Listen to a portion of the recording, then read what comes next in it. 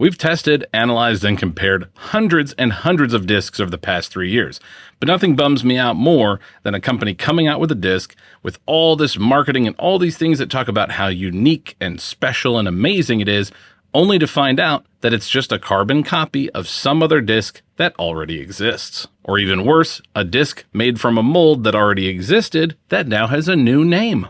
But let me tell you, Supersonic Discs does not have either of those problems. And these are our second impressions. Hey everyone, it's Greg from Six Sided Discs, and a quick reminder that we are hosting our second event in our Ohio's Great Courses series. This is going to be at Burr Oak State Park in southeastern Ohio, which is a challenging course at a beautiful state park where you can bring the whole family, stay at the lodge, cabin, or campsites, and make it a whole weekend getaway. Registration is open now at the link in the video description. Come and join us for a one-day, 2-round C-tier on July 18th. Back to the discs though, and first things first, what do we already know about Supersonic Discs? Well, quite a bit, because we took a first look at Supersonic Discs in the bitter cold of January 2025, and we found their Momentum, Sugar Glider, Trailblazer, and Pond Skater to be quite unusual. And frankly, that's the best thing about them. We also know that Supersonic Discs is based in Denmark and manufactured in Portugal, and that their approach to disc design is unlike anyone else in the marketplace. The first thing you'll notice as you look at their discs is the shape of the wings. They are nearly all convex, the exact opposite of most discs. Discraft's Heat and Scorch are probably the most popular convex wing shapes, and even those pale in comparison to the much larger and chunkier Supersonic Discs. These rounded convex wings actually feel really nice in the hand. Speaking of feel, let's talk about their plastics. Nearly every plastic blend is very grippy and a bit softer than you might imagine. I think one of the main reasons for that is the fact that the company's based in Northern Europe, where for much of the year conditions will be cooler and this tacky plastic will be much easier to keep a consistent grip. Here in the hot summer of the Midwest of the United States, that tacky plastic is a whole different beast. As you'll see later, I really had to lean on my chalk bag today. Supersonic's discs also have another really interesting characteristic. Regardless of weight or plastic, they all float. That is ideal for courses with ponds or lakes, and very not ideal for rivers and streams. But the fact that they float is certainly unique. Over the last year and a half since we first explored their lineup, Supersonic has been steadily releasing mold after mold, and they were kind enough to send us the latest additions to their lineup. In fact, they've released 6 discs since we looked at the first few they introduced, and this will now give us an opportunity to really evaluate the Supersonic lineup as a whole. And we'll begin with their least unusual disc designs and work our way to the more bizarre. And we'll kick things off with these two.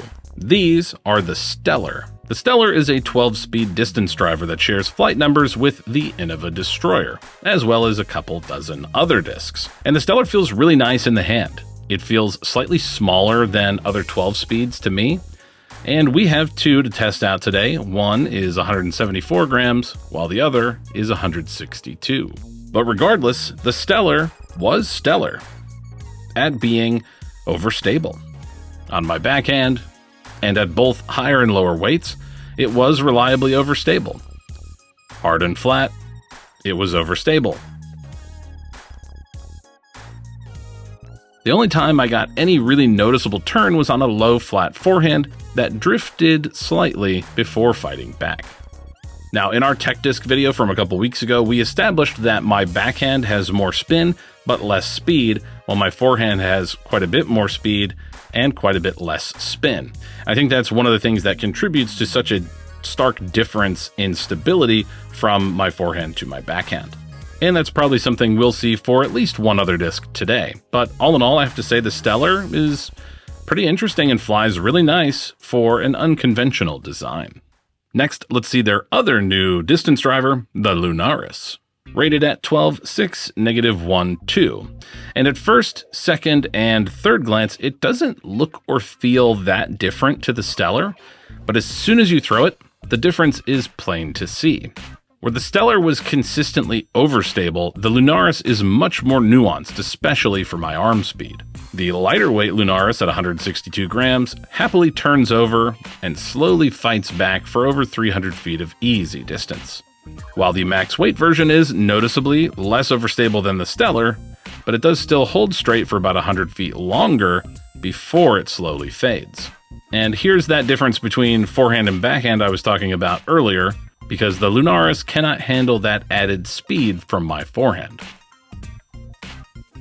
But before we dive into the 4 other new molds from Supersonic, let's take a quick look back at 2 that we looked at previously. The first is the Loop. With eye-watering flight numbers of 2900, it is essentially a toss and catch frisbee that's also PDGA approved. And you might feel like 9 glide is a bit much. After all, the highest glide number you'll see on almost any other disc is 7, and even that is sometimes considered to be a bit of an exaggeration. And I think I would agree, 9 glide is a bit much, because while the Loop is certainly happy to float, it doesn't seem to be gliding or floating through the air any more than, say, the MVP Glitch. But it's still really easy to throw and pretty fun to throw for a hybrid disc. On the exact opposite end of the neutral glidey spectrum, we have this, the Trailblazer. Rated at 8404, the Trailblazer is the beefy Firebird-style driver in the Supersonic lineup, and it once again kicks convention to the curb with a very unique wing shape. And no matter how you throw it, it leans into that reliable overstability to be that perfect utility driver on both forehand and on backhand.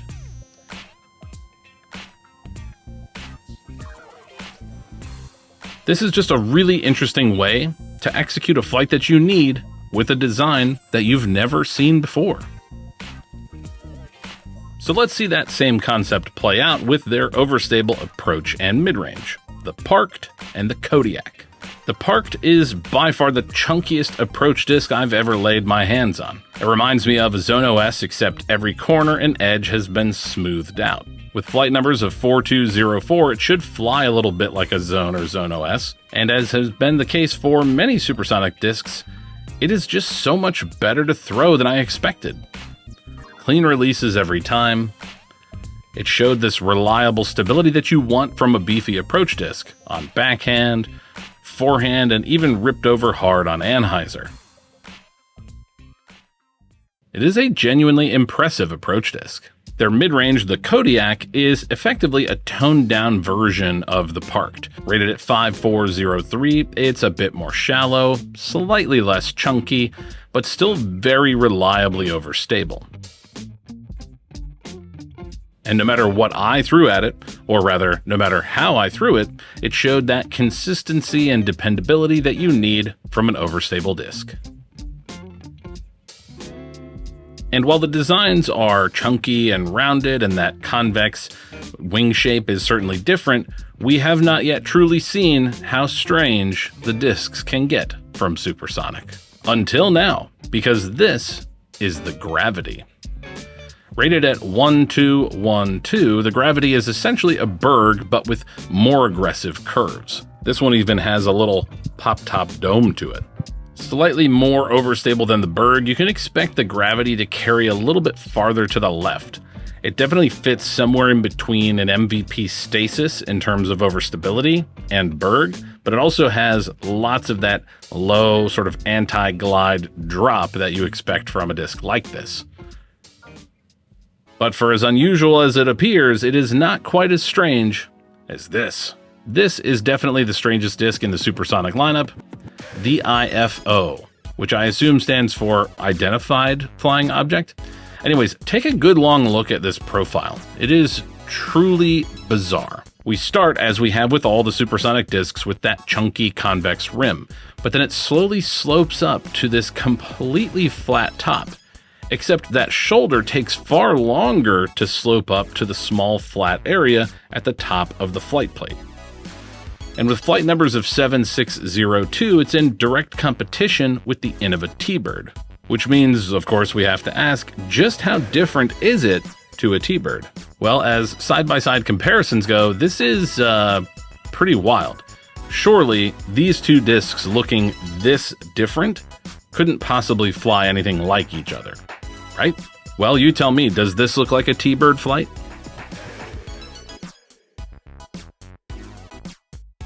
Or this? Yeah, because both of those were the IFO. And if that isn't a 0-turn, 2-fade type of fairway driver, I don't know what is.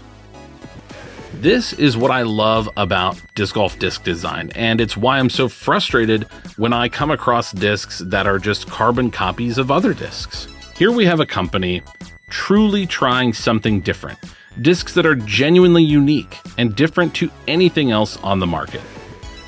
But despite how different they are, they still offer the shot shapes that we all need in our bag.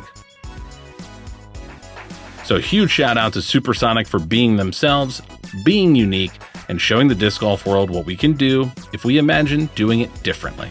Have you thrown Supersonic discs? Let us know in the comments below. And also comment below your favorite, unique, unusual disc design.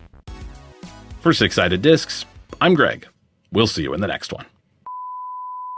In fact, they've released 6 different molds since then. But before we dive into the other... Cut. If you like this content and want to see more, please consider liking the video, subscribing to our channel, or becoming a member. Your support makes this content possible.